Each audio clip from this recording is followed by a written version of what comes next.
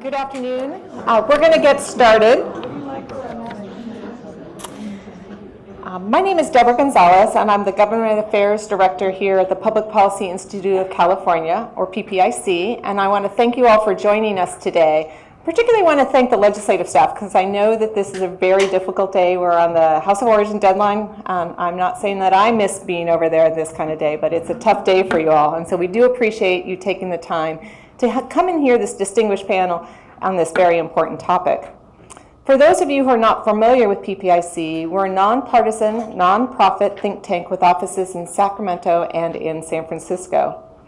PPIC has just released a new PPIC report titled K-12 Reforms and California's English Learners Achievement Gap.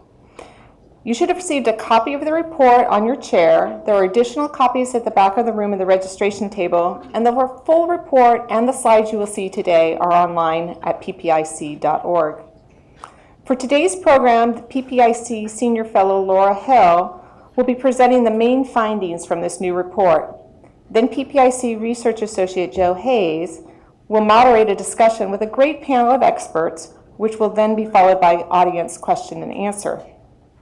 You should have also received the agenda and all the speakers' bios on the back side of that agenda. So in the interest of time, we'll only do brief introductions of our distinguished panel. If there are any clarifying questions after the report, we'll have a few minutes for some questions while we move the panel up here. But we also have plenty of time for question and answers after the discussion. Please note that we are online and we have a live audience today, so please be sure to wait for the microphone before you ask your question. A few more things before we begin. We just announced yesterday an upcoming event taking place here at the Capitol Events Center on June 21st around the release of an upcoming PPIC report, The Impact of Prop 47 on Crime and Recidivism. There will also be a panel of experts to broaden that discussion, so you can sign up today online. Later today, you'll receive a survey. We love our surveys. So please fill out those surveys. We do report back to our researchers as well as organizationally to find what we can do better and make these more informative for you. And finally, please turn off your cell phones. This report resonated with me on a very personal level. My husband grew up in Echo Park in Southern California. His parents were immigrants from Mexico, and my husband entered into kindergarten only speaking Spanish. I didn't realize this, but demographically, he is the average EL student in California. Now, I met my husband in college, and he hates to be called average. So I have some personal experience that low-income EL students can be very successful in California. And the report highlights the fact that many EL students, particularly the youngest, successfully navigate their way through California's education system. And as someone who's unsuccessfully tried to be bilingual and messed up more than a few conversations at family gatherings, my husband's achievements and the achievements of so many EL students impresses me tremendously. However, California schools have a well-documented achievement gap, and a large number of EL students, particularly low-income students, are part of that gap. Now, what does this gap mean for the state of California and for the student? For the state, having an educated workforce helps us sustain our economic base, and it is what makes us the 5th largest economy in the world. But more importantly, for the student, it means that they're less likely to navigate as successfully through our K-12 system as we'd like, and they're less likely to go to college. This affects their long-term economic well-being and that of their families, and most certainly contributes to the income inequality we see in the state. So not a lot of pressure on you all, but there's a lot here, you guys, a lot at stake here. I'm happy to say that this work we are hearing today is the first in a series of research projects. We're looking at EL students in our K-12 system and our community college system, so stay tuned. With that, I'd like to introduce Laura Hale. She is a senior fellow at PPIC whose work and expertise are in K-12 education and immigrant populations. Welcome, Laura.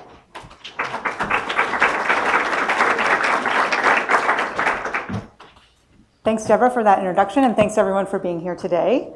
I feel like my job is really to set the stage for the great panel that we're going to have in just a few minutes. The report has a little more detail than I'm going to go through today, but basically what I want to do in the slides and what happens in the report is a set of information about the demography of California's English learner students and a brief overview of recent policy changes that aim to elevate the performance of English learner students and also help close the achievement gap between English learners and other students in the state. And then also touch on some opportunities for more work that's ahead and more opportunities to help English learners. So first, the demography, and as Deborah so eloquently said, really English learners are the future in California's education and in our workforce and to the power of the state. There are about 1.3 million English learners in California right now. That's about 21% of our student population in the K through 12 grades. And when you consider the students who used to be English learners, the students who have now been reclassified as proficient in English, we're up to nearly 40% of our K-12 population are either current or former English learners, and we refer to this group as ever English learners. Now, because students are getting reclassified, I just mentioned that sort of signals that really English learner status is meant to be temporary. It's not a permanent category for students, hopefully. Any student that turns up in the K-12 system is assessed to see whether or not the student should be in English learner classification if they need extra kinds of supports. That happens with a home language survey, and if you answer a certain way, that will then bring you into another sort of assessment that will actually establish their level of English fluency. And students that need extra supports are then going to be provided with services and supports until they become proficient or sufficiently proficient in English to succeed in core classes without extra help.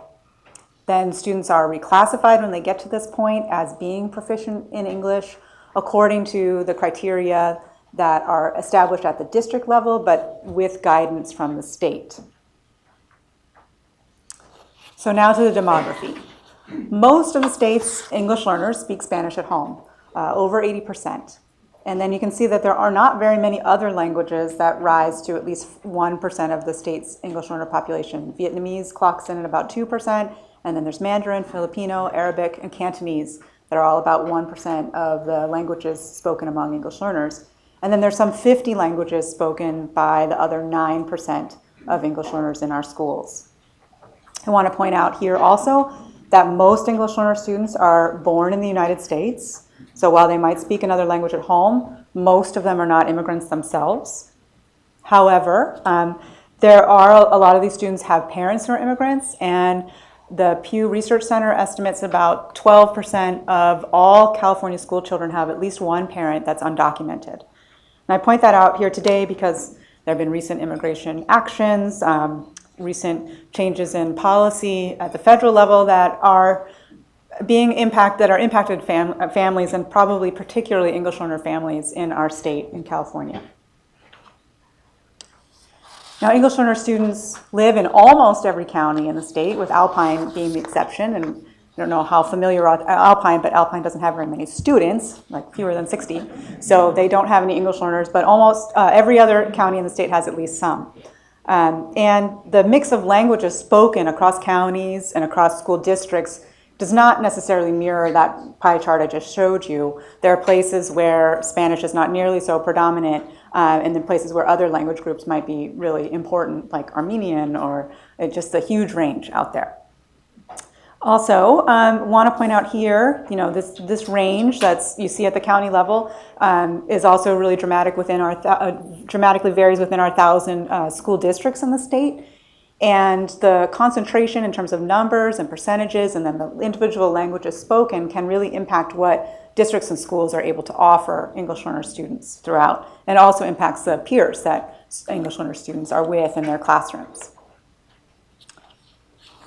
Here I want to take a little bit of time to step through this graph. This is a snapshot taken in 2016-17 of all of the ever earnest English learners by grade.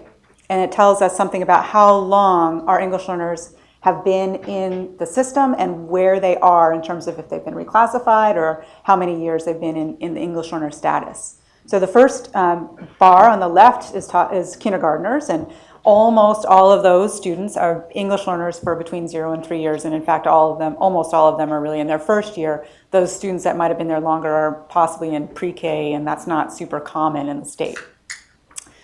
Then when we get out to 6th grade, we see there's a whole different set of colors that we're looking at. We're not just looking at this small group now in 6th grade that are English learners for between 0 and 3 years, but we also have almost half of the students at this point have been reclassified. So they're not receiving supportive services about getting English proficiency up to speed.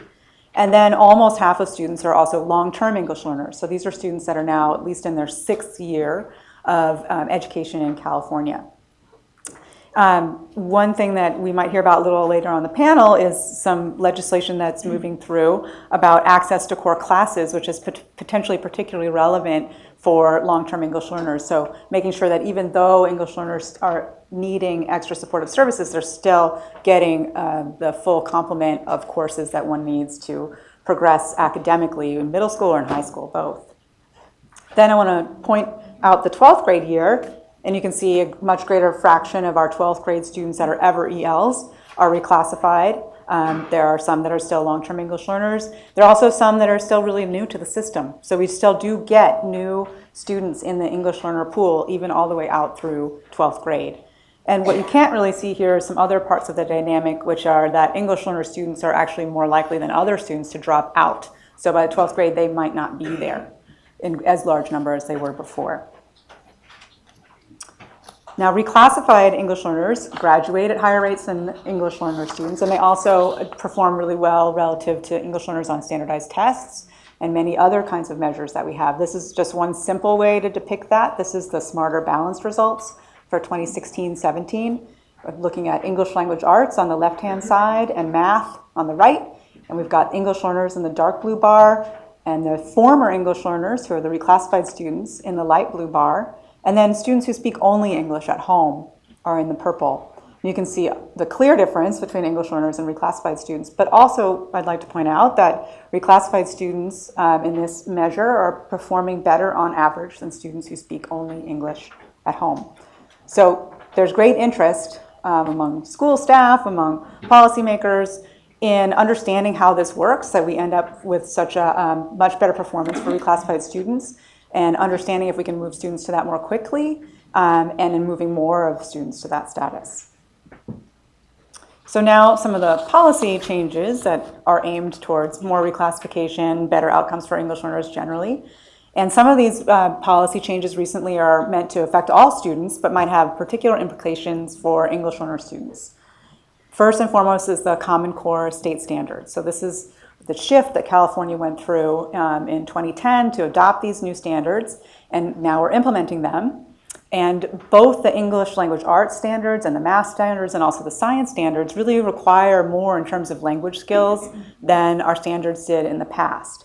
So there's obviously interest and concern in making sure our English learner students can do as well as they did in the past, if not better, with the new Common Core state standards. At the same time that we've changed the standards, we've changed the way we assess our students to understand if we're doing well, if we're conveying the material in the right way, if students are learning what we hope they do. And all students in the state are not scoring as well as they did on this test relative to our old standard. And I think that was expected, but there's generally a lot of concern about how English learners are doing on this test in particular.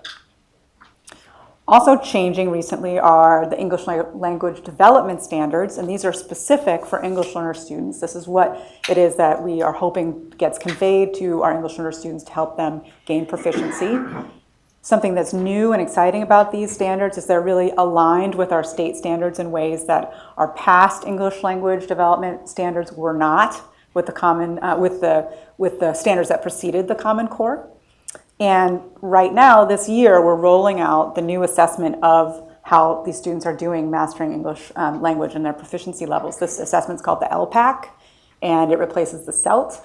And some of my panelists, or the panelists, are much more knowledgeable about the ins and outs of that assessment and what's going to happen with that in the future, so I'll leave some of that to them. But this is an interesting, exciting time to see how that will roll out and what kind of alignment there is between the LPAC, the Smarter Balanced, for students who are English learners. And then the California Department of Education has worked hard to roll out the English Learner Roadmap that's going to do a lot to kind of implement these new standards for English language learners and help link across them. So again, we'll hear more about that from our expert panelists. Reclassification for English learners has really been in flux because A lot of the tools that we have used in the past to assess if students are ready to leave English learner status have been changing. So first, I want to say the reclassification rate right now is about 13%. So that means in the recent year, about 13% of students who were English learners moved out of English learner status and into the former EL or reclassified status. But to get there, students have to meet a number of criteria. The state board has recommended 4. The first one that I'll mention is this English language proficiency, and that has been in the past assessed by the CELT, and now this year it's going to be the LPAC. Basic skills in English are also a key feature of reclassification decisions, and those in the past were measured by the CST. That is now replaced by the Smarter Balanced, but districts are not necessarily using that to make that decision about whether their students have learned enough basic English language arts to succeed. Without support, there are a variety of things that districts are using in the meantime, or possibly instead of this, it might not ever end up that the Smarter Balance is actually what is used in the future. But those two things are changing and have changed. In fact, the basic skills criteria has changed, has been able to change, I should say, almost every year since 2012-13. So there's been a lot of movement at the district level on this. Then the 2 other reclassification criteria are based on teacher and parent recommendations. And again, how that's implemented at the district level can vary quite a lot. This period of change, where we know we're going to have to make some new decisions about reclassification, possibly provides some opportunity. First of all, the federal law that replaced No Child Left Behind, ESSA, suggests that we need to have one reclassification policy in the state rather than the multitude that we have had based on district flexibility. So I think that's on a lot of people's minds about what that should look like and how to do that. But there's some questions that we could be addressing and thinking about right now, which is if we should keep the same basic criteria. Do we want to look at English language proficiency as well as basic skills in English? What is the appropriate role for teacher recommendation? And what about parent recommendation?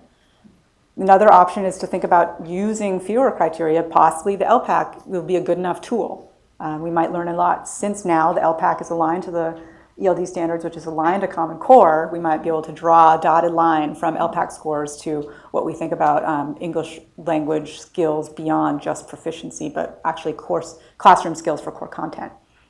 Another possibility is to allow multiple measures, so not just one or not all 4, but some subset or just one would be the main one, but then you could have others that fill in. So let's say, for example, there's a requirement for the LPAC, but if you don't meet that, but you happen to score at a certain level on the Smarter Balance, maybe that could count. That is a model that's worked in for community colleges when they're trying to assess whether students belong in remediation or not.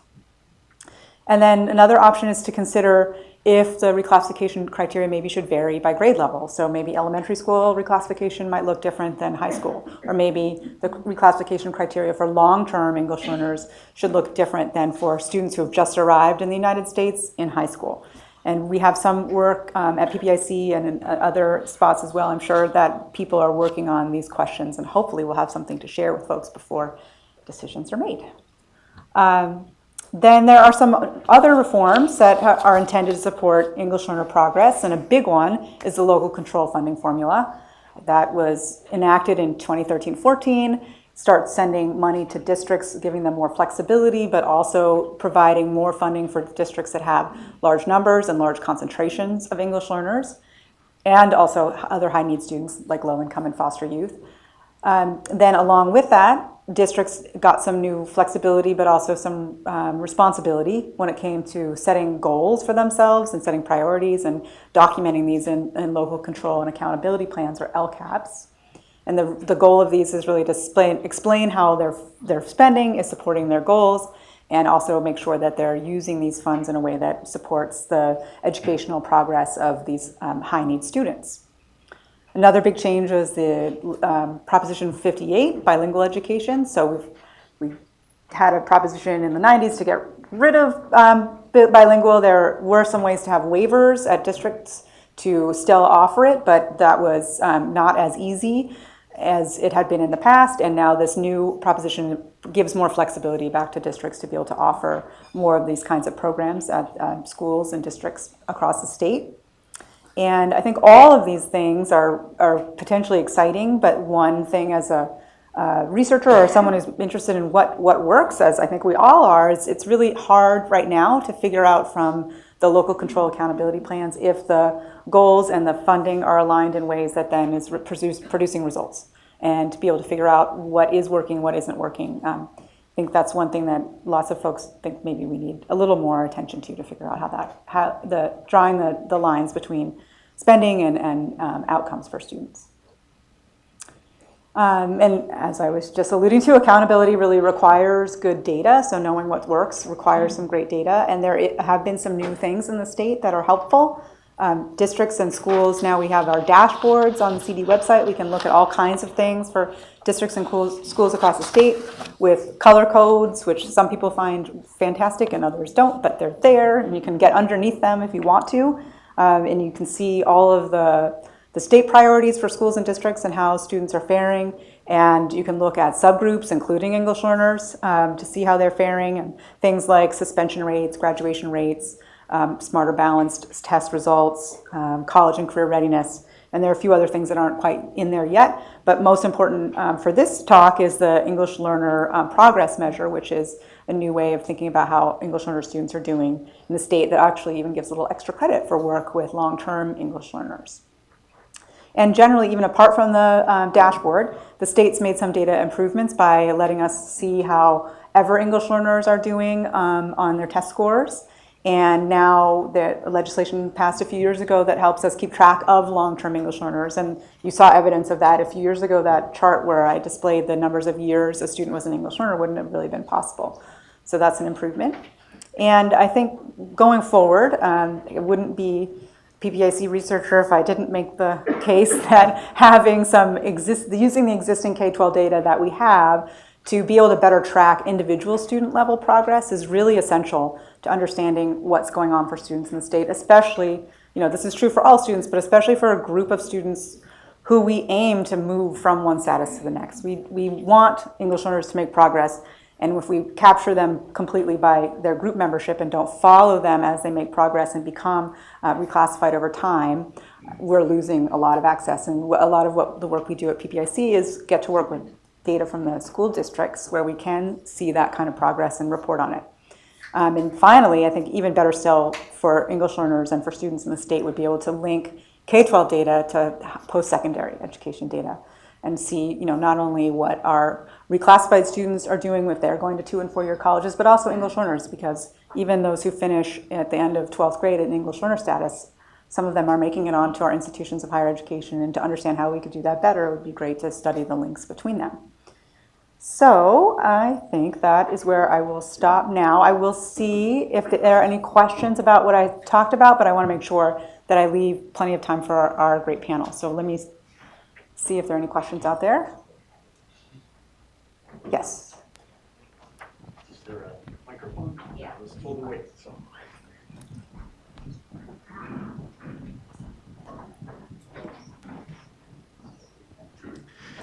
Thank you. I am curious whether there's been any effort to align proficiency with the ACTFL testing, American Council of Teachers of Foreign Languages. They have a test that's aligned with the Common European Framework of Reference for Languages, as well as the Federal Interagency Language Roundtable system. It seems like it might be a way to give some sort of a broader perspective of what our English learners are doing compared with, people learning English in other places, for instance. That's a great question that I don't know the answer to. I'm not sure if the panel does. Maybe that will come up later. I'm sorry. That's a good question.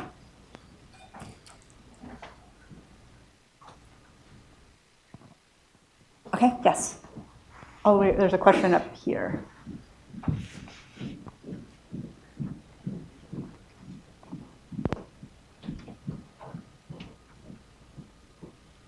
Hi. On paper, it would seem that the way the new funding law, local control funding formula is structured, that school districts would have a financial incentive not to reclassify students from being English learners to English proficient. Have you seen any evidence of that in looking at the data? I haven't looked at the data to answer that question, but I will tell you something that I think is really important about that issue, which is that English learners, 85% of them are low income, and reclassified English learners, 80% of them are low income. So they still count for the LCFF, because then, when they're English learners, they generated dollars for their district based on being English learners, and when they're reclassified, they're still mostly highly low income. They still generate the funding. So at the margin, there might be some room for that kind of incentive, but I think that it is actually less of an incentive now than it might have been in the old days when you could count in both of those categories. You generate funding in both. If you were low income or English learner, you could count twice. And then if you got reclassified, you could only count once. So my take on it is that there isn't a big incentive to keep kids in status for the funding. Okay. I think I'm going to invite Joe up to invite the panel up, and if there are questions later, I will be around at the end. So thank you.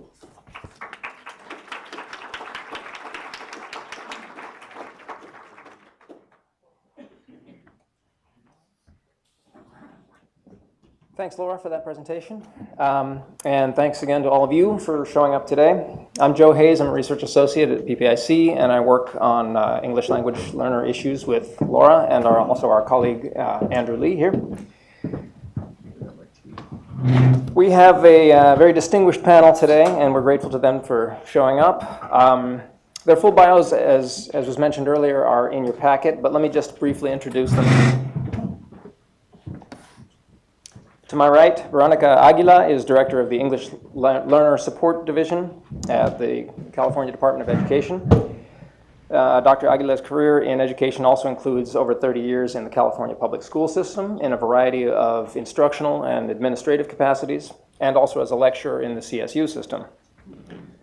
In the middle here, Robert Linquanti is a project director and senior researcher at WestEd, in which capacity he works with states as well as school districts to improve assessment, evaluation, and accountability practices for English language learners. He's currently working with educational departments and districts in a number of states and serves on a dizzying array of councils and advisory committees. On your extreme left, Hilda Maldonado is Executive Director of the Multilingual and Multicultural Education Department at the Los Angeles Unified School District. She previously served as Director of Elementary and Early Education Schools. And in her career with the district, she has also worked as a bilingual teacher, assistant principal, and in a number of other advisory roles. So we assembled this panel with the idea that each person could address any issue on a certain level, at state level, on the ground in the schools, what's happening from an assessment program. And as you can see, actually any one of these panelists could take that role and address any topic on multiple levels. So we're very fortunate to have them here. It may be ambitious, but I do want to try to address all the things that Laura brought up, from curriculum, assessment, reclassification, accountability. And if we're going to do that, I should stop talking. So let's start off with a question that I'd invite any member of the panel, all members of the panel, to discuss. There are guidelines coming from the state, but districts still have wide latitude to set policy regarding curriculum, assessments, reclassification decisions. So in your experience, what are the priorities for achieving and sustaining long-term progress for English language learners? I'll start. I think in Los Angeles, one of the big focus areas that we are working on is really looking at starting with what students bring when they first come to school. We haven't had much practice of looking at student proficiencies in their home language because of 227, and I think a priority should be that we really begin to look at and value our students' home languages and use those as we look at how we can ensure that they succeed. So as we looked at root cause analysis for long-term L status, we found that focusing on intervening for students later in the later grades is a lot harder than focusing on the K-3 early literacy instructional pedagogies that we're using. So for LA, it's going to be about ensuring that we're properly valuing our students' home language and then using pedagogy that looks at how you teach those students to read in the early grades, because we've spent the last 5 years trying to catch them when it's a little too late. I think from the state perspective, with the adoption of the Common Core in 2010, it took us only a year to translate it to Spanish. The Common Core is the standards for English language arts, mathematics.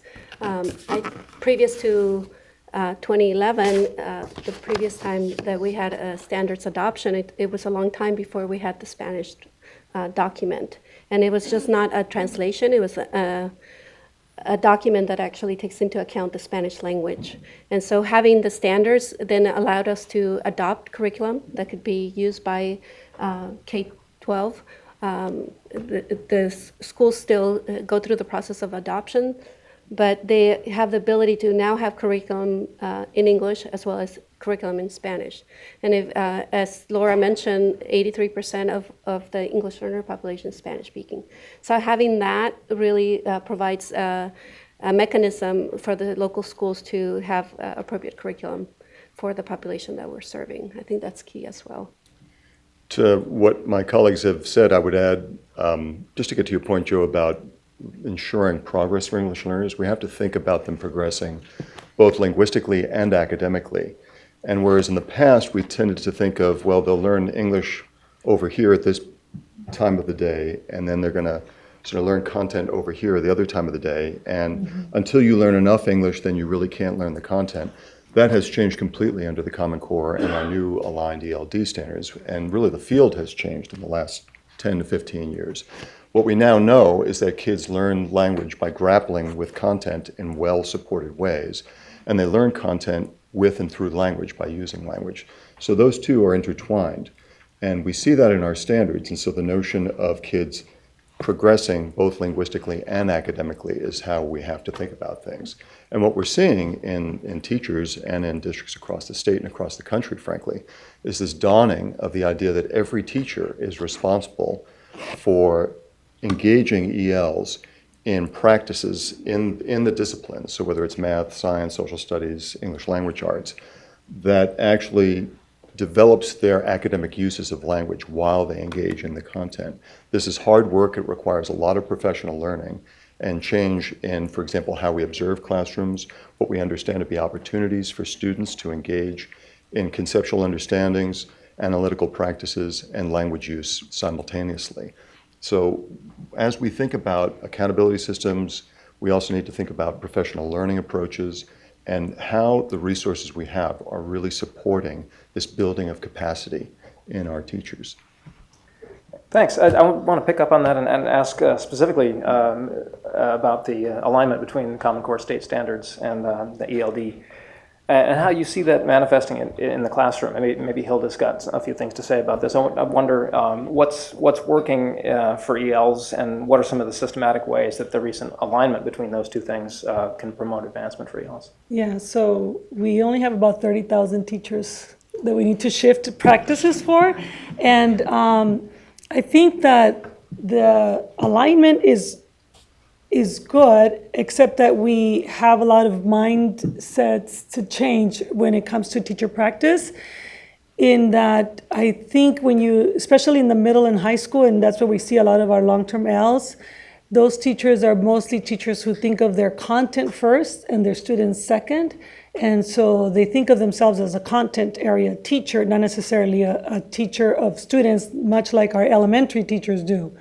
And in aligning and integrating the curriculum, it's a much harder shift for us to ensure that it's happening at every level of the system, and for teachers to let go of the content standards enough to consider the language standards in tandem, which is what the intent is, because historically, teachers have always thought, and publishers too, they create these teacher guides for them that are focused on the content, and there's this very small box on the right that says, oh, and if you have English learners, do these 3 things, which is completely not appropriate ways to support a professional teacher. So I think in theory and in practice, in theory and in paper, it looks good. I think it's a lot harder to implement at a district level as large as ours. And it's been difficult because in addition to that, for example, we just are rolling out science now. And that's a new content area that's getting its new set of standards. And we always do this. We start with the science for all, and then about a year later we say, oh, and if you have English learners, and if you have special ed students or gifted students, do these 3 things. So realistically, we just don't have a system set up to reimagine what professional learning for teachers looks like, particularly with such a large number of English learners. Well, although I have to say that we did work with West Ed to, as a State Department, to do an alignment study between the ELD standards and the math standards and the science standards. So those documents are available and should help out with the professional development that's provided to teachers. Of course, there's always more to be done, but I think we're progressing in the way that we're handling how to address the needs of English learners in the academic areas rather than waiting till years later. No, And the curriculum that will be adopted will be taking into consideration the framework, which also includes the English learners in that. No, and that's true, and it's agreed. And we also created those supports. I think it's about what we say teachers need to do and what actually happens in the classroom are 2 different realities. And this idea, particularly agree 100% that all teachers are teachers of English learners. All teachers are teachers of language, and language is the vehicle by which we use to teach. The shift is in thinking of themselves as, when I see a child in front of me, am I thinking of the fact that they don't yet have the proficiency and mastery of language to be included in the content? So that's a big shift. And what I see in LA, and maybe it's just LA, is that teachers think, well, as long as I'm speaking English, you're learning English. And that's a very different pedagogy and a very different way to address a child. And especially in the different age groups that we are talking about, we can think that they're going to somehow absorb it, but they don't. And when you're going into very abstract concepts, like in science or mathematics, then it becomes even harder. So agree that it's there. I just cannot honestly say that it's happening to the level that we wanted to see it yet. And I say yet because I'm always hopeful. Well, I'm happy to come after Veronica and Hilda because they do all the heavy lifting, and then I can just sort of embroider around the edges. So I think, Joe, your question about the idea of the alignment of these standards, let's back up because I think Veronica was getting at a very key point that Hilda was actually building on, which is our ELD standards were engineered to reflect the language demands that are in the new college and career ready standards because they came afterwards, and this happened around the country. The new standards, the new college and career ready standards, really make much more explicit what the language uses are for kids to engage in those disciplinary practices. So things like giving explanations or detailed descriptions, arguing from evidence, clarifying what your meaning, your intended meaning, and clarifying what others say. All of these skills are inherent in the new standards. And so our ELD standards are designed to really reflect those more collaborative, interactive, analytical uses of language to get things done in the classroom. So Hilda pointed out earlier about building on what students bring to the classroom. So this assets-oriented approach is something that the new standards really lend themselves to, because kids don't come blank slates. They're using language every day in their communities. Many of them are using both languages in some form, but the idea is you build on what students have. I think the shift that Hilda's talking about is the opportunities to learn what are the arrangements in classrooms. What do teachers understand their role is? It's not to be the sage on the stage. It's to be really creating conditions and contexts and learning opportunities where students need to engage in those language uses in order to get things done in the classroom in the subject areas. And this really points to the idea of how do we scaffold the learning? We're not dumbing down the material for students who are emerging in their language proficiency. We're scaffolding up the supports and the ways that students can engage with these content practices so that they really acquire those language uses while engaging with the content practices. This is now, as Veronica pointed out, in the framework called Integrated ELD, Integrated English Language Development. And it's not either or, it's not integrated language development or designated English language development, it's both and in the framework. And this is a signal. The good news is, I think what Hilda's describing is a real challenge for teachers in that thinking, I'm teaching subject matter, someone else teaches English. It's the ELA teacher or the ELD teacher for ELs, that's not my job. But as they look more closely at the standards, they've realized that this language use is really inherent in what kids need to do. The challenge is teachers need support in order to create the conditions in classrooms where kids really have those rich language opportunities every day. Because there's so much where the teacher asks a question that one student answers, they move on to the next thing, versus setting up situations where students have to work together to solve problems, for example. So thinking about all these things, we have really strong standards. Our assessments, and we'll talk about LPAC, I'm sure, are strong assessments. What we really have to explore and work hard on is what is the quality teaching and learning for English learners in classrooms day in and day out, and how do we support that? We don't get that performance without the capacity, but we will not get the capacity without the support. So we have the resources and the policy, but what's the quality professional learning for teachers? And how do we have systems that make that more likely? Following up on the integration of those two things, we talked about this a little bit earlier, but in case there's some more to say about it, I wanted to ask about Prop 58. Prop 58 passed in November 2016, essentially overturning Prop 227, which was referred to earlier, and opening up the possibilities for bilingual instruction. What opportunities do you see this providing, or in what ways has it already begun to manifest itself in the integration of English language instruction and content instruction? Again, not that those should be separate things, but. So if I could start on that one. So once Proposition 58 passed, or the California EDGE initiative, the State Department needed to conduct regulations and work to finalize those regulations, and we actually just received approval from the Office of Administrative Law, which will provide more clarity on how to implement that law. And it does allow for language programs, and it's not only for English learners, it's for all kids, all students, to really learn multiple languages. Not just bilingual means 2 languages, but multilingual means more than 2.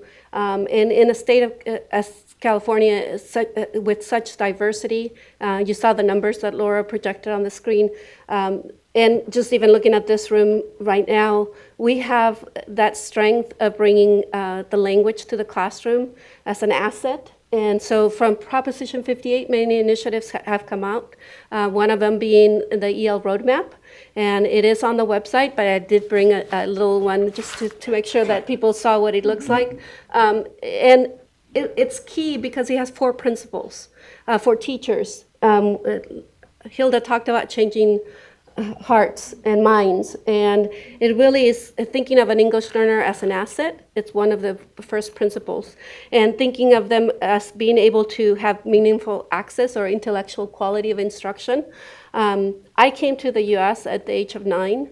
I can't say that teachers saw me as an asset or that I had the intellectual ability to learn the academic tasks, yet I was able to do 6th grade math at the age of 9. So there are several students that come to the U.S., although it's a very small group that comes to the U.S. As immigrants, as you saw from the data, but we haven't seen English learners as an asset.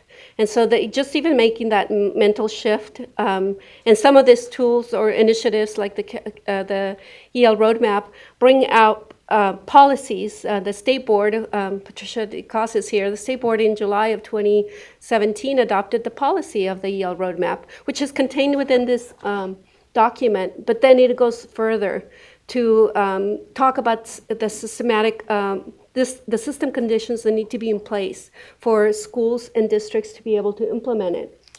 It starts with the policy, but then it goes on with implementing it and aligning and articulating between the math teacher, the science teacher, and the language arts teacher, as well as the ELD teacher, and not seeing it as only the job of the English learner teacher. There's another initiative, which actually the superintendent just announced yesterday, and it really came out of Proposition 58 and the way that the voters are saying we're ready for this. So the other initiative that just came out yesterday was Global California 2030. Again, it's on our website. In this initiative, the superintendent is really asking, or it's the aspirational goal, but it's a reachable goal, to have half of all K-12 students become multilingual by 2030, or at a minimum, be enrolled in some type of class that gets them to that point. And if you think about the fact that in European countries, individuals speak 3 or more languages, and that's just a given. I think the US has been the one that we have not had that as a goal, to have multiple languages as one of the criteria, to really see ourselves as those global citizens that we are. So it's a great initiative that just was released yesterday. In addition, we're working on developing a manual for dual identified students, English learner students with special needs. And I think that the key is that in all those initiatives, it's not the superintendent or the board or the California Department of Education doing it alone. It started with Common Core, where everybody was brought in, all the stakeholders. I see many faces that participated in adopting the new standards, adopting the Yale Roadmap, adopting the Global California 2030. Yesterday, actually, the superintendent was in LA, so it was a joint effort to really disseminate that information. And I think that's what's critical. California does do things the California way, in terms of we're the largest state with the largest number of English learners, and we have the largest challenge. But I think the data is showing that we are up for the challenge, and we're making a difference by working together jointly with districts and with you all, the public, because the public is the one that passed Proposition 58 by 73% of the vote. Just briefly on Prop 58, I think it's a natural outcome of where the state was moving. When you think about California being the first state to adopt the state seal of biliteracy, Prop 58 just made sense over time, and it's actually, California led the way and is part of a national trend in the country. There's many states now with the state seal of biliteracy, which recognizes students' biliteracy upon graduation as a tremendous asset. When we think about English learners coming to us, many folks now refer to English learners as emergent bilinguals, because it's really flipping it around. It's not looking at what they lack, but what they bring and what they're going to acquire, they're going to add on. It's an additive approach, not a subtractive approach. So when we think of this, the tremendous resource that our students bring both culturally and linguistically, it just makes sense that we would want to build on that. It's perverse to think that we're teaching them only in English, insisting on teaching only in English, and then get to high school and have a foreign language requirement, let alone in college, right? What's wrong with this picture? So we're really building on this now, and it's a real benefit, and it's also a real challenge. I spent 5 years on a legislatively funded statewide evaluation of Prop 227, only to find, after 5 years of very thorough research, that at best there was no difference between structured English immersion and bilingual, and that was with a lot of problematic data. We know from research now, we have very solid research, that students that are instructed bilingually in well-implemented programs outperform their counterparts that are in structured English immersion only. We know this. The question is, how do we implement quality programs? And so the challenge that Prop 58 puts forward to us is, how do we make sure that we have a well-prepared teaching force to really instruct kids and with teachers that are academically competent in more than one language? It is very hard to teach science in Spanish unless you've been taught it in Spanish, or unless you undergo a lot of professional learning, and so on. And so we really need to think about our teaching force. We've almost lost a generation of upcoming teachers because of Prop 227 in many ways. So we are really in a frame of linguistic recovery in a sense, and we need to build the capacity of our teachers and attract teachers into bilingual instructional practices. And this is the challenge that I think that Prop 58 puts before us. So I, for one, am happy that I live in California during this political environment and what's happening with the way we look at immigrant students, families, and those who don't speak languages that we expect people to speak, even though the Constitution does not say we have to all speak English in the U.S., right? So while the Prop 58 law does allow us a lot more flexibility, and there has been a large movement in LA to grow our dual language programs, one of the biggest concerns that I have currently is how to get the message out to the parents of English learners that these programs are designed for their students. I do see, and I agree with Veronica, that the proposition allows for everyone to learn a second language. And I'm seeing some communities in LA ask for that second language for their English-only speaking children, but I'm not necessarily seeing a big push from our English learner parents seeing this as a program that's advantageous to their children and really designed to bridge that gap for them. So lots of work to still be done for us in that communication piece and in ensuring that parents feel safe asking for it and parents feel it's appropriate to ask for it, because there's been so much, as I'm sure everybody in this room knows, so much backlash against immigrant communities, people who don't speak English, and they're afraid for their children to be labeled as English learner, even to the point where they might not even tell us that their children speak other languages. So it's a hard battle to really put into practice in a district. And again, this idea that we can really use a child's language. Imagine being 5 years old and walking into a classroom and being greeted by your teacher in a language that you understand.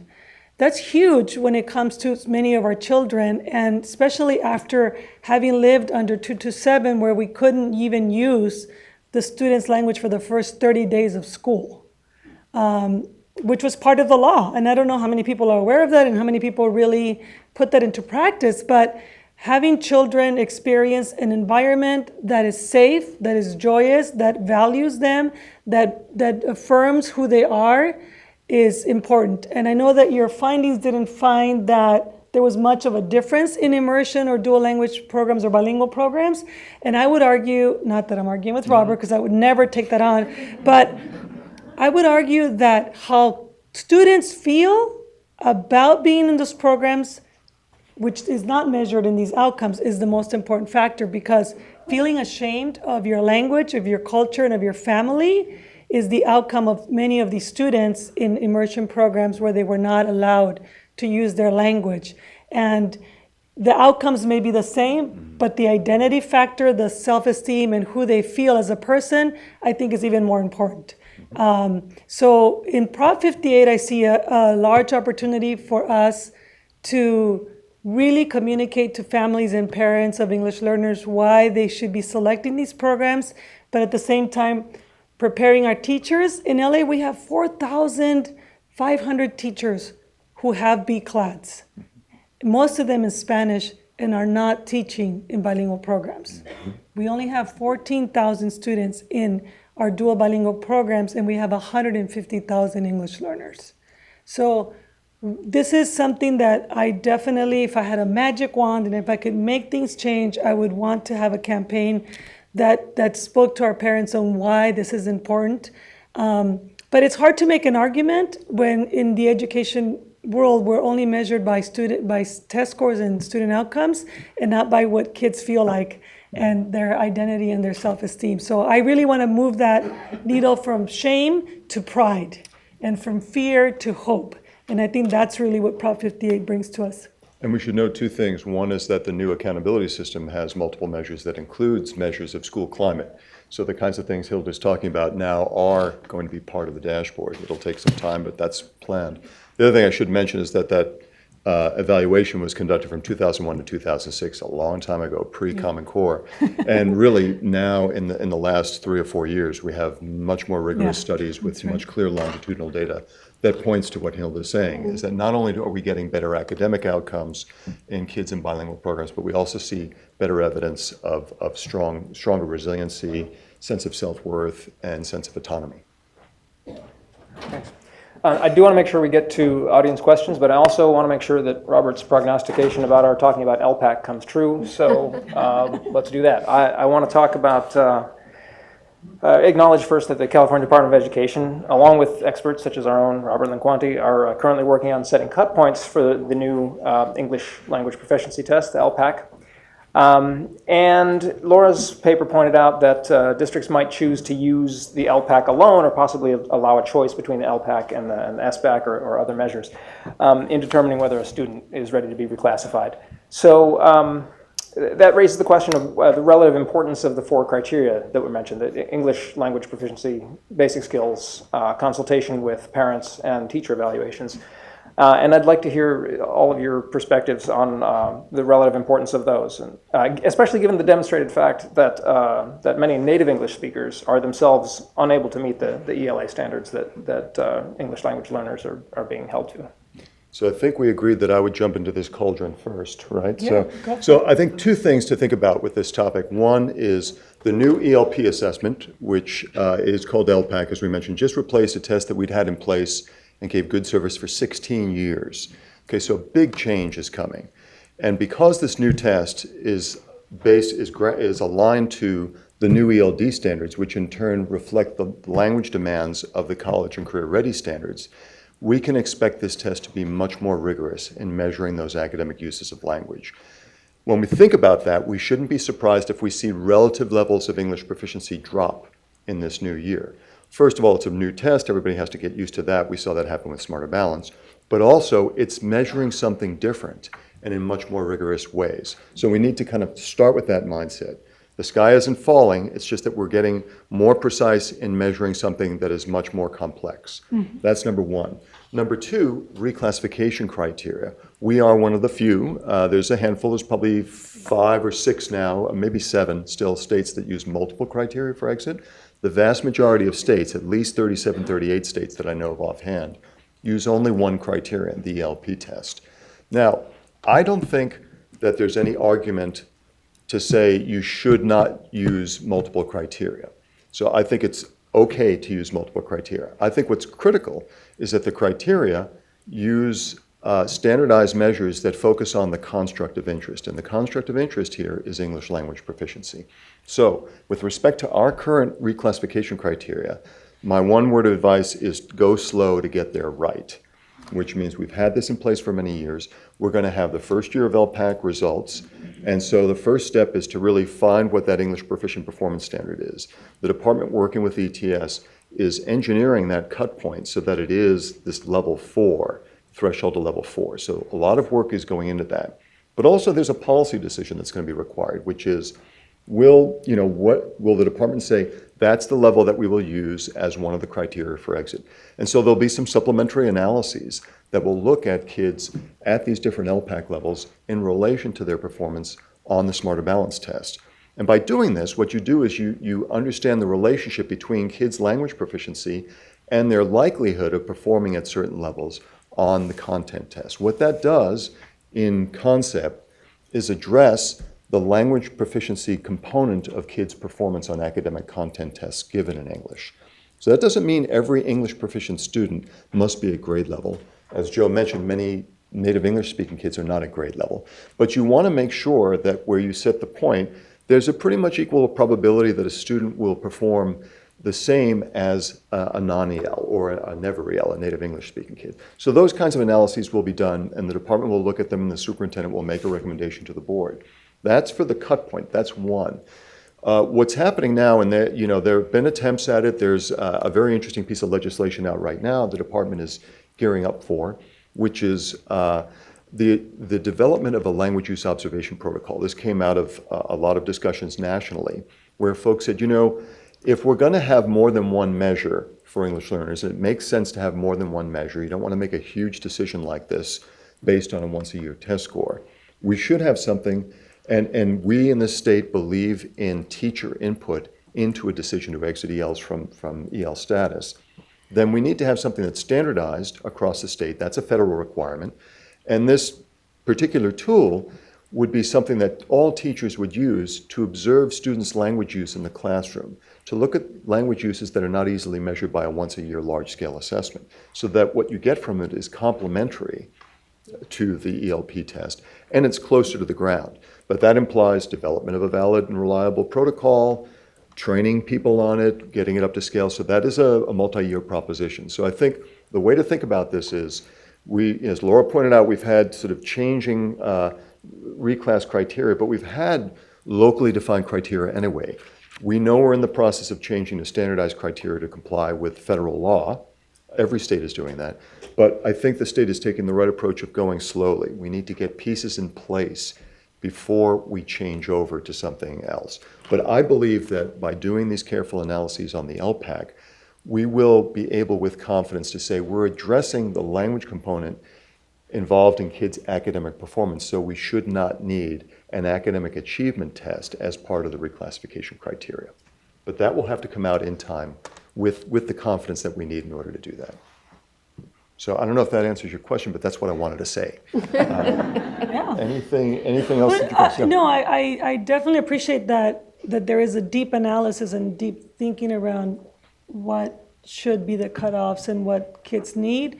I worry about children's ability to read at a cognitive level that's equal to their peers, and haven't yet seen enough of the assessment to say with confidence that those measures would be enough for a predictor of success later on in the Common Core, whether it's in math or science, because it's now involved so much language. I know that as we finish up giving the LPAC in LA, some of the things I've heard from many of the teachers is the amount of time that it requires to give the assessment and the kind of training that they need to have as listeners for the language production that kids are giving them as they're assessing the student. And that's a major shift for teachers, and they're worried about this upgrade in the rigor of what we expect children to know.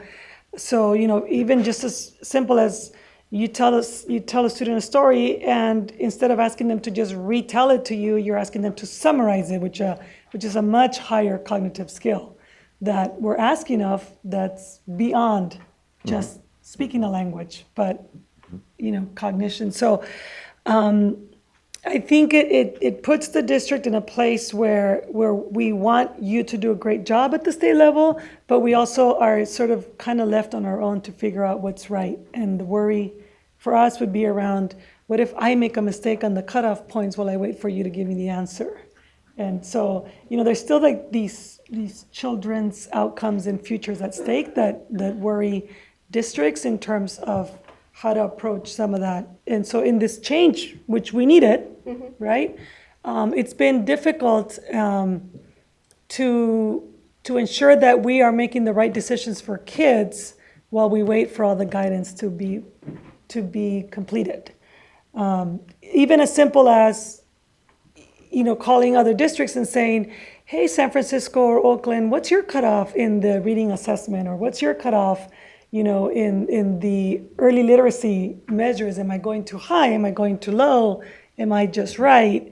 Which is why we want the state to help us with the defining that criteria across the board, because in one district, a child may be proficient, in another one, they might not. And so I think it still exists for kids, and I'm constantly thinking, like, what does this mean for kids? What does this mean for kids? My future's already guaranteed. It's already happened, really. But theirs is not, right? So how do we help you to sort of kind of speed it up a little as you're trying to get it right? Because we still have kids' outcomes hanging there. But I think as the state did put out guidance with the board item that took place, there was the preliminary cut scores, and those could be used this year. And it's just 1 year transition that really gave the opportunity for the state to have the operational data and to have made the cut scores definitive with preliminary preliminary data would have been more, Right. it would not be beneficial to kids. I always think about kids first. Yeah. Both, I mean, I have two of my own that went to the public school system, were born in the US, but they went in not speaking English. So I have my two reclassified kids at home. And that is in the forefront. But if we had done it too fast, too soon, I think it would be a detriment to kids. Yeah. And so it's coming up in November. So it's not, I mean, we're already in May. But it wasn't devoid of guidance. There has been guidance given to the field on how to reclassify in the interim. No, absolutely. So, and I think it's more, my issue is more like this, we have set up a system that creates this, in and of itself, devoid of whether it's the state level, the district level, or anything, it's about what is it that we're doing to our kids in education? And what is it that we expect of them, and how do we prepare to serve them well? You know, and it's not like the state didn't do this or the district didn't do that. It's more about the anxiety the students feel today is not the same anxiety that I think we experienced when we were in school. When I see kids worried about getting into colleges, parents worried about do they have all the right classes, did they get 4 AP classes, and all these competition that we create as a culture, because we are a culture of competition and individuals versus, you know, cooperation of efforts. So I think I'm just speaking on that grand scheme of what we're doing in education, and this idea that for English learners, we're always coming after the fact. I knew this would be fertile ground, but I also want to take advantage of the possibilities for the audience members to contribute their questions and take advantage of the knowledge that we have here in the panel. So there are 2 mics, as was pointed out earlier. It's best to wait for them so that people listening remotely can also hear your question. If possible, please give us your name and affiliation, and make your questions brief, as we are running out of time, and we want to make sure that as many people as possible get to address the panel. Raise your hand if you'd like a microphone.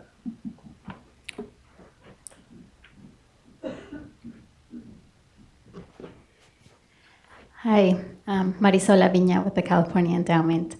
And thank you so much for this great conversation. And a couple of you alluded to this, and that is the current environment around increased immigration enforcement and what that is doing to our students in schools. And as you correctly mentioned, Hilda, you can't detach the emotions and that social emotional need from the academic and linguistic outcomes of English learners. So I'm just wondering, like, what kind of effort or what role has this had in these conversations around improving outcomes for English learners? And how do we embed that into the larger conversation?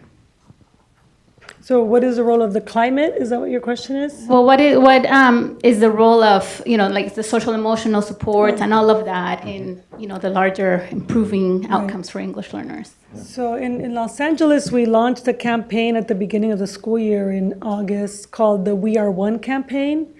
So if you log on to our website, lausd.net, and you look under the bar under immigration, you'll see a lot of resources. We basically partnered with other agencies that do free immigration supports, health clinics. We communicated very strongly with families that Plyer versus Doe is a law that we're going to follow, which requires that all children receive a free public education regardless of their immigration status. So we've just been pushing out a lot of communication to our families around staying in school, schools being safe places, and welcoming everyone to come, and then providing places for them to go to for resources that are reputable places as well through our partnerships.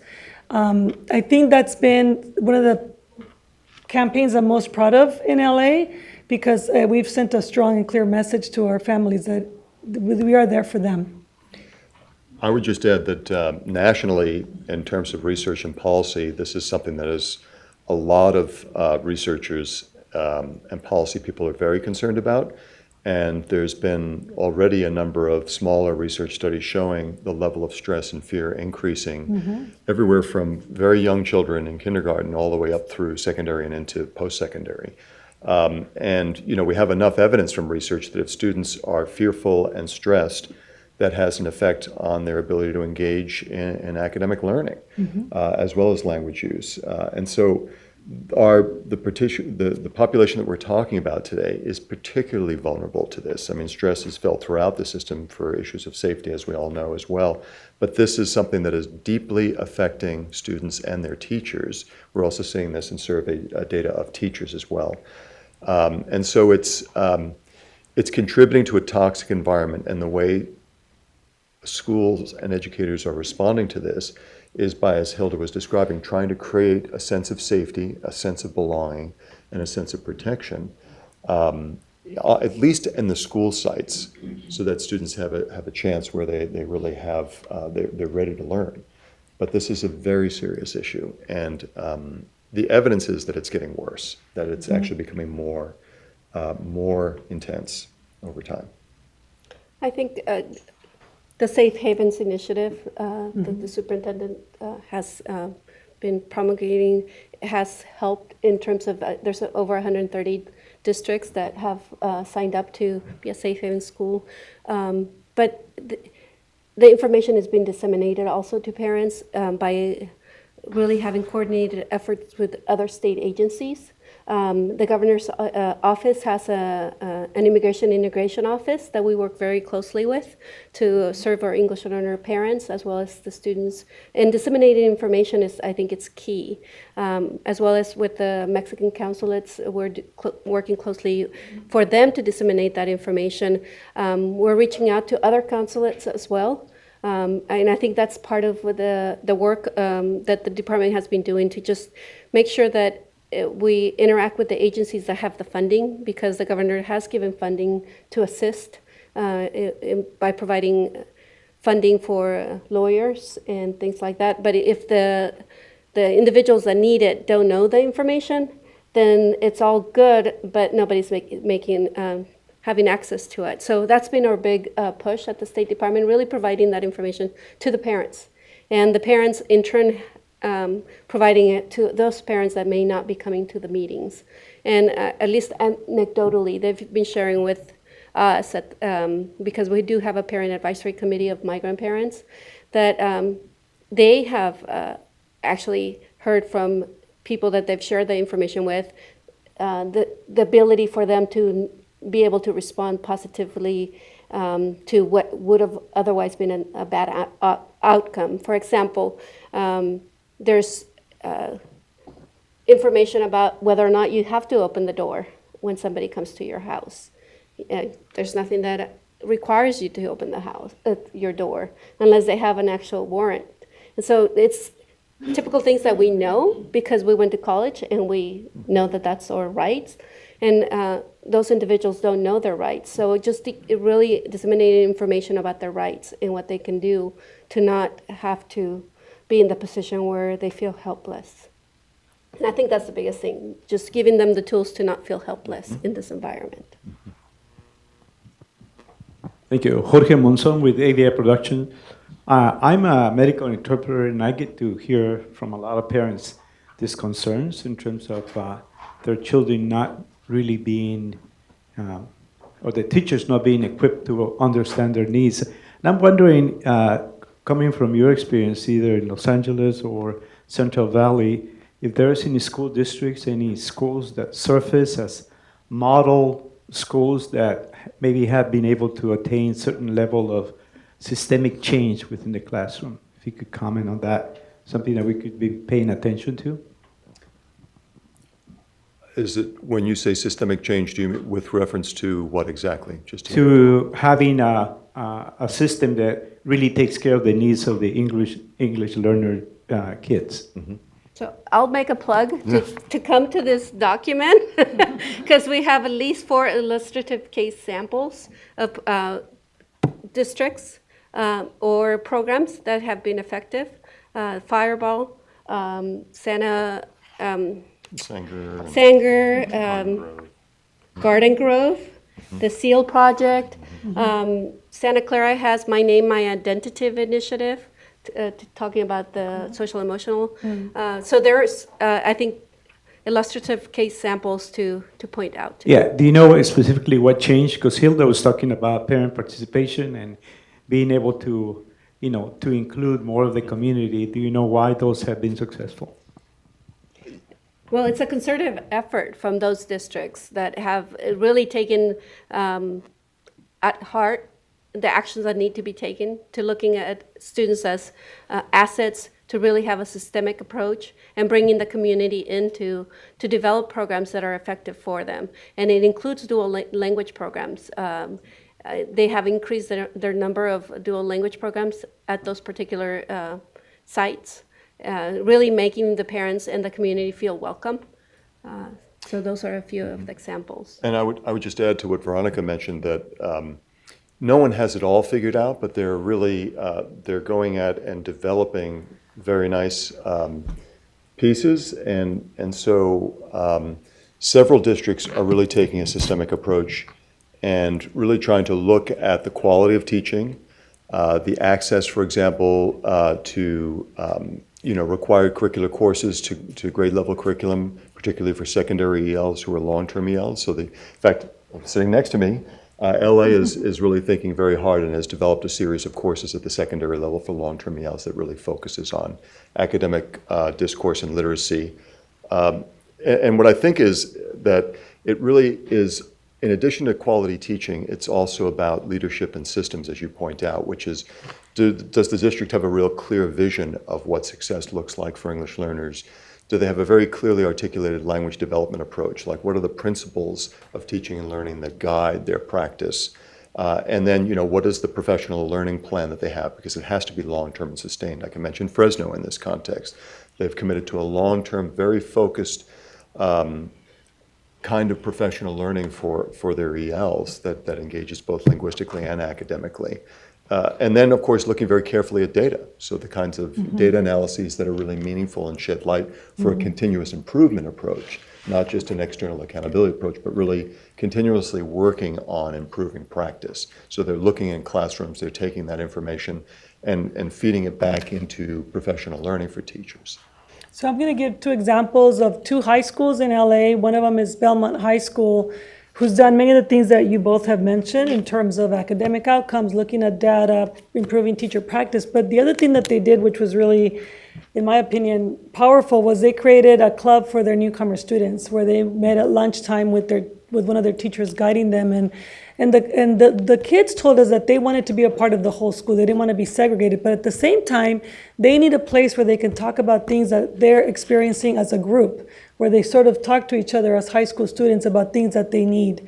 And we've seen the group grow in terms of their confidence and in terms of their connectedness to each other and to the school site. The other example is Reseda High School, who also has a significant number of newcomer English learners. And what we're going to do with them next year is pilot a dual language newcomer program where we'll be offering their A through G courses in Spanish and, of course, English language development. But we want to value the fact that many of these kids, we're going to use their primary language, because if you know algebra in Spanish, you know it in English. So the principal is very connected to the community and has really realized that starting with what their kids need first to get them credits to graduate, but at the same time accelerating their English proficiency is another model we're going to be trying with Reseda High School. Those are just two examples. We have 1,000 schools in LA, so it's hard to give you a systemic view per se. All right, it's time for that perennial open mic question. We got time for one more? All right. Would anybody else like to ask a question? Yes, there's one in the back. Thanks.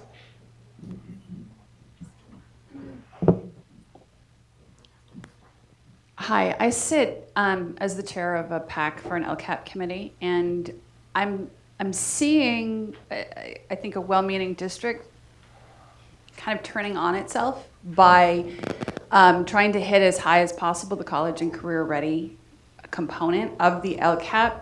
That to me seems to be an impossible, to the point that every high school graduate will have to take A through G.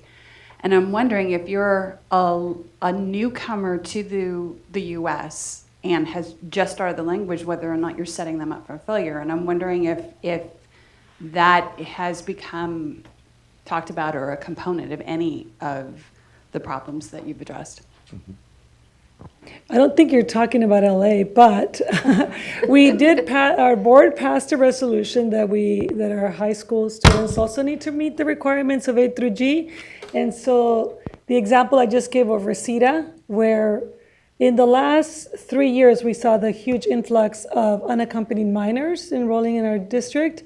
And Reseda is the example I just gave, which is to be able to meet college readiness, you can have the A through G courses in a primary language that you understand while you're also trying to achieve in English. But also, we are informing all our families that the students have a right to stay in school till the age of 21 per education code if they come in at a later age. So we're offering them that extra year of high school. We are pushing on the state to let us count those students as part of our graduation rate, because the rate is calculated by cohorts, not by the year of the class. So that's part of what sort of disincentivizes districts to what you're speaking to. So some of it is that we're trying to play this data game, but really at the end of the day, I think ensuring that you're offering courses in a primary language for newcomers, and then also offering a 5th year, but with a planned program of what they're going to do in that 5th year is 2 ways that we've tried to help not trap those kids. Yeah, I would just add to this that when we think of recently arrived English learners, we have to recognize how varied a group that can be. Some students come, as Hilda was sort of alluding to, they could be at grade level in academic subject matter from their home countries. Others may have come with only 3 or 4 years of prior formal schooling. So the circumstances of those students, some come that are literate in their primary language, others come and they may not be literate in their primary language. And so this, according to the circumstances, really thinking about the profile of your recently arrived ELs has very different implications for the level of support that will be needed. All of these students with enough time and support can attain A through G requirements. The question is, how are programs designed to be responsive to the students that they're actually getting? And so first really profiling and being very clear on who are the students we're trying to serve. Then that determines the design of the courses. And Hilda's right, the 4-year time frame is really a very tight box to be in for recently arrived ELs that are coming in the later grades. And so you have to think about 5-6 year time frames. You have to think about very intensive specialized program designs for students like this. And you have to think beyond. You may have to think about adult school, community colleges, or many different ways to put this together. So I think it starts, though, with being very clear on who your population is. Anything to add? I think the only thing I would like to add, I'm glad that LA is doing A through G for other languages, because each individual high school has to request that to be granted A through G. And as hard as it may seem, there may be still some high schools that may offer, for example, Spanish for native speakers that doesn't count for A through G, and therefore then you preclude them from going to, let's say, UC system.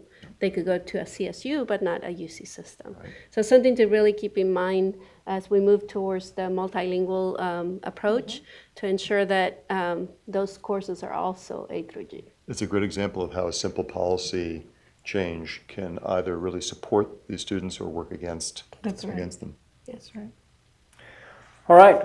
Well, needless to say, PPIC will be continuing to be engaged in this topic. More immediately, Laura, I know, and at least some members of the panel will be around afterwards to talk more informally if you have some more questions or things to point out. A lot of people to thank before the music plays me off. Thanks very much for our panel. I really appreciate you making the time to come. It's been a great discussion. From PPIC's Government Affairs, Kelly Holt, Kelly Longo Albarran, Hannah Allen, and Deborah Gonzalez, thanks for putting this together, and thank you very much for coming. Thank you.